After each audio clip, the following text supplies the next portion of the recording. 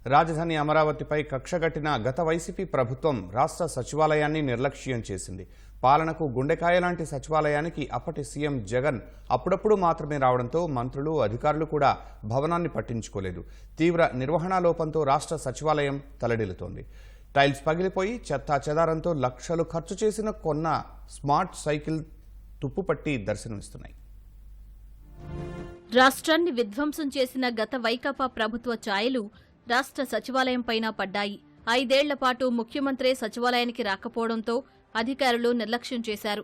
ఫలితంగా రాష్ట్రానికి పాలన అందించే రాష్ట్ర సచివాలయం నిర్మానుష్యమైంది. కొన్ని చోట్ల ఫ్లోరింగ్ కోసం చేసిన టైల్స్ ముక్కలయ్యాయి. సచివాలయం చుట్టూ చెత్తా చెదారం పేరుకుంది. నిర్వహణ సరిగ్గా లేక డ్రైన్లు అస్తవ్యస్తంగా మారాయి. కొందరు ఉన్నతాధికారుల కార్యాలయాల్లో ఏసీలు కూడా పనిచేయని దుస్థితి నెలకొంది. అయినా గడిచిన 5 ఏళ్లుగా కనీసం పట్టించుకున్న పాపాన పోలేదు.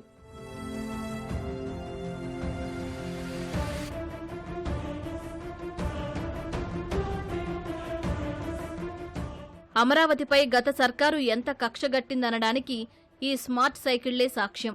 ఉద్యోగులు, అధికారులు, సందర్శకుల కోసం కొనుగోలు చేసిన వీటిని గత వైసీపీ ప్రభుత్వం మూలన పడేసింది. గత 5 ఏళ్లుగా ఎండకు ఎండి, వానకు తడిసి తుప్పు పట్టిపోయాయి. గత వైసీపీ ప్రభుత్వం తాలూకు నిర్లక్ష్యానికి ఆనవాళ్లివి. ప్రస్తుతం మనం దృశ్యంలో చూసినటువంటి ఈ సైకిళ్లన్నీ కూడా స్మార్ట్ సైకిళ్లు.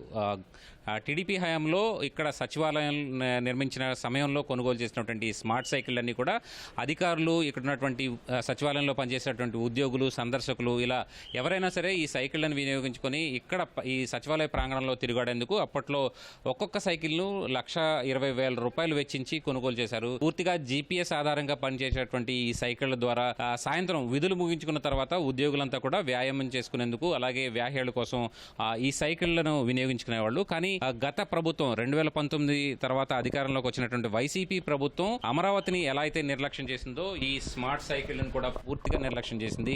లక్షలు వెచ్చించి కొనుగోలు చేసినటువంటి ఈ సైకిళ్లన్నీ కూడా వృధాగా మూలన పడిపోయి తుక్కుగా మారిపోయినటువంటి పరిస్థితి మనకు స్పష్టంగా కనిపిస్తోంది. ఇప్పుడు ఎందుకు కొరగాకుండా నిరుపయోగంగా ఇక్కడ షెడ్యూల్లో మూలుగుతున్నటువంటి పరిస్థితి. మొత్తం 2015 తర్వాత సచివాలయ నిర్మాణం తర్వాత గత టీడీపీ ప్రభుత్వం వీటిని దాదాపుగా సచివాలయంలో వినియోగం కోసం 50కి పైగా సైకిళ్లను ఇక్కడ కొనుగోలు చేసింది.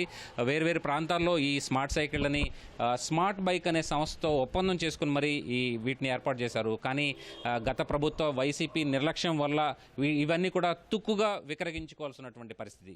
కెమెరా పర్సన్ నరేష్తో కలిసి ధనుంజయ్, ఈటీవీ న్యూస్, అమరావతి. సచివాలయంలో కాలినడక కోసం వేసిన బాటలు, వివిధ బ్లాక్లలో కారిడార్లు, మరుగుదొడ్లు ఇలా అన్నీ నిర్వహణ లేక ధ్వంసమయ్యాయి.